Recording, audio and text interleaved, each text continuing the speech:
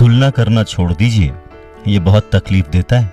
नमस्कार, मैं हूं अवधेश श्रीवास्तव और आज हम चर्चा कर रहे हैं द पावर ऑफ नाउ की, जिसे लिखा है एकार्ट टॉल ने। एकार्ट कहते हैं कि जो हमारा मन है ना, वो हमेशा चीजों को अलग अलग बॉक्सेस में रख के उनकी तुलना करने में विश्वास रखता है। हमेशा छोटी चीज से बड़ी चीज की तुलना करता है और फिर दुखी होता रहता है। तो यहां पर अपनी किताब में उन्होंने ये समझाया कि दूसरी शिक्षाओं से, दूसरी लर्निंग से, दूसरे मेथड से उनकी कही बातों की तुलना मत कीजिए। ऐसा क्यों? क्योंकि ऐसा कोई आध्यात्मिक सत्य है ही नहीं जो आप न जानते हो, आपका मन न जानता हो।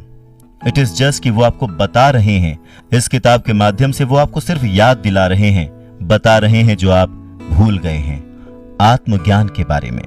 एकार्ट टॉल कहते हैं, मैं जब जीसस या बुद्ध की किसी कही हुई बात को कोट करता हूं या फिर किसी भी अच्छी बुक से पढ़ी हुई बात को दोहराता हूं, तो मैं उसकी कोई तुलना नहीं करता, बल्कि मैं वो रेफरेंसेस इसलिए लेता हूं ताकि आपको वो बात सही तरह से समझा सकूं, उसका जो मतलब है वो आप तक पहुंचा सकूं।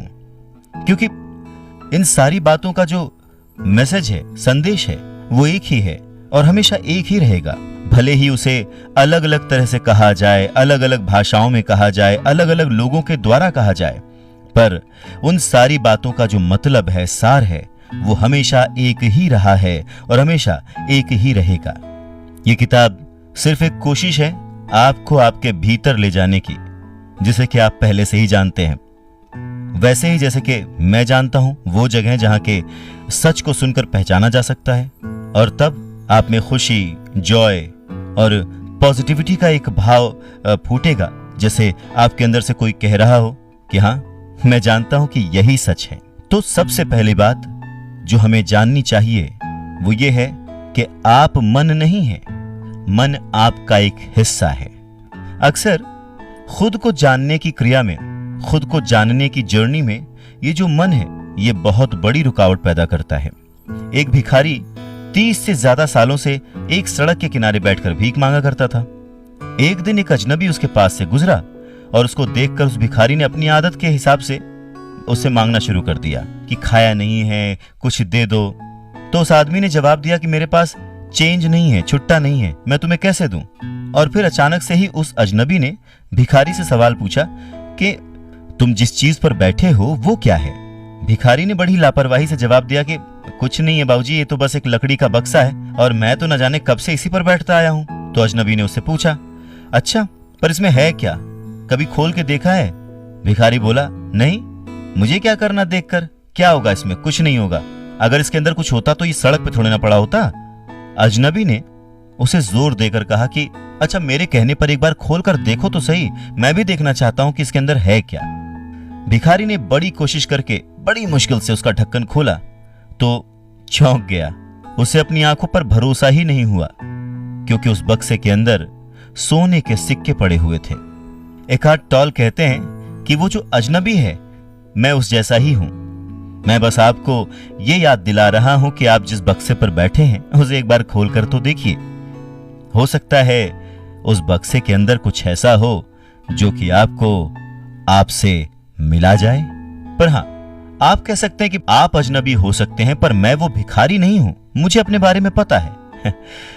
हर इंसान जिसे कि अपनी असली दौलत नहीं मिली है और उस दौलत के साथ आने वाली जो आत्मा है, उसके अंदर जो कामनेस है, शांति है, उसे जो नहीं मिली है, हर वो इंसान उस भिखारी के जैसा ही है, जिसके पास खजाने से भरा वो बक्सा तो है, पर उसे वो पता नहीं है कि उसके पास क्या पड़ा हुआ है।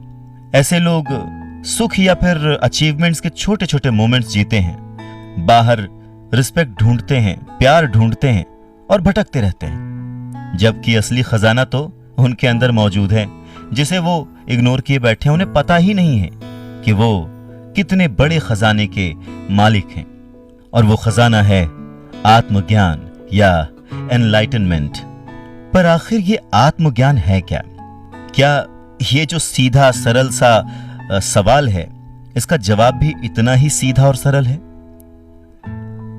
एकार्ट टॉल कहते हैं कि जो अभी आपके पास है उसे एक्सेप्ट करना और उसी के साथ रहना, यानी खुद को अपने अस्तित्व से अलग ना समझना ही आत्मज्ञान है।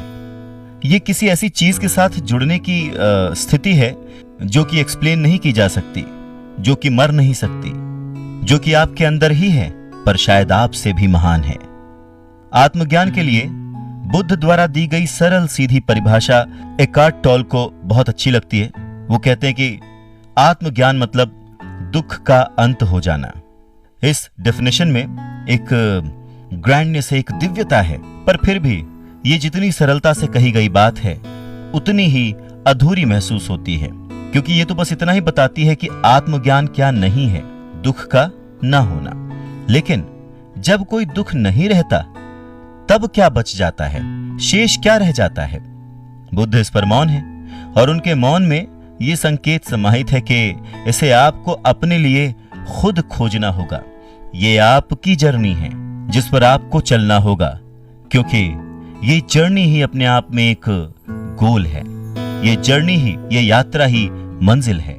आगे एकार्ट टोल कहते हैं कि बीइंग क्या है और बीइंग की जगह पर ईश्वर शब्द का इस्तेमाल क्यों नहीं किया जा सकता।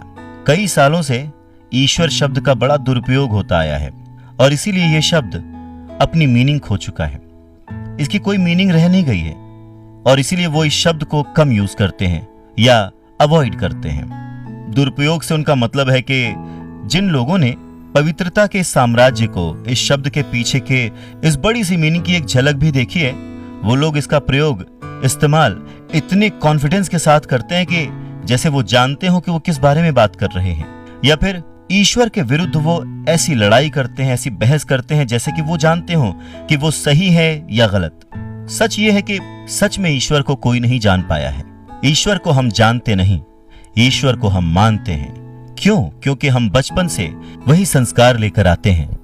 हमारे बड़े बुजुर्गों ने हमें जो बताया है हम उसी से ईश्वर को समझते हैं। पर क्या सच में जो हम ईश्वर को मानते हैं वो हमारी अपनी सोच है? नहीं, वो सोच है हमारे उस संस्कार की, उस कल्चर की जो हमारे बुजुर्गों ने हमें दिया है, जो हमारे बुजुर्गों ने हमें सिखाया है। तो दरअसल बीइंग शब्द कुछ भी बयान नहीं करता, कुछ नहीं कहता, और ईश्वर शब्द भी कुछ अलग नहीं कहता। फिर भी बीइंग शब्द के साथ एक अच्छी बात यह है कि ये कोई लिमिटेड या छोटी सोच वाली बात नहीं है। ये जो शब्द है उस असीम अदृश्य को घटाकर एक सीमित अस्तित्व नहीं बना देता, उस जगत के चलाने वाले को एक शब्द में बांध नहीं देता, उसे छोटा नहीं कर देता। और हां, बीइंग शब्द बोलते ही आपके मन में कोई पिक्चर भी नहीं बनती, कोई बूढ़ा इंसान, कोई जवान इंसान, कुछ भी नहीं। बीइंग मतलब जो है वही है, जो है यानी जो अभी हो रहा है वही सच है। इसीलिए बीइंग शब्द और बीइंग को अनुभव करने के बीच का जो फासला है वो बस छोटा सा ही है।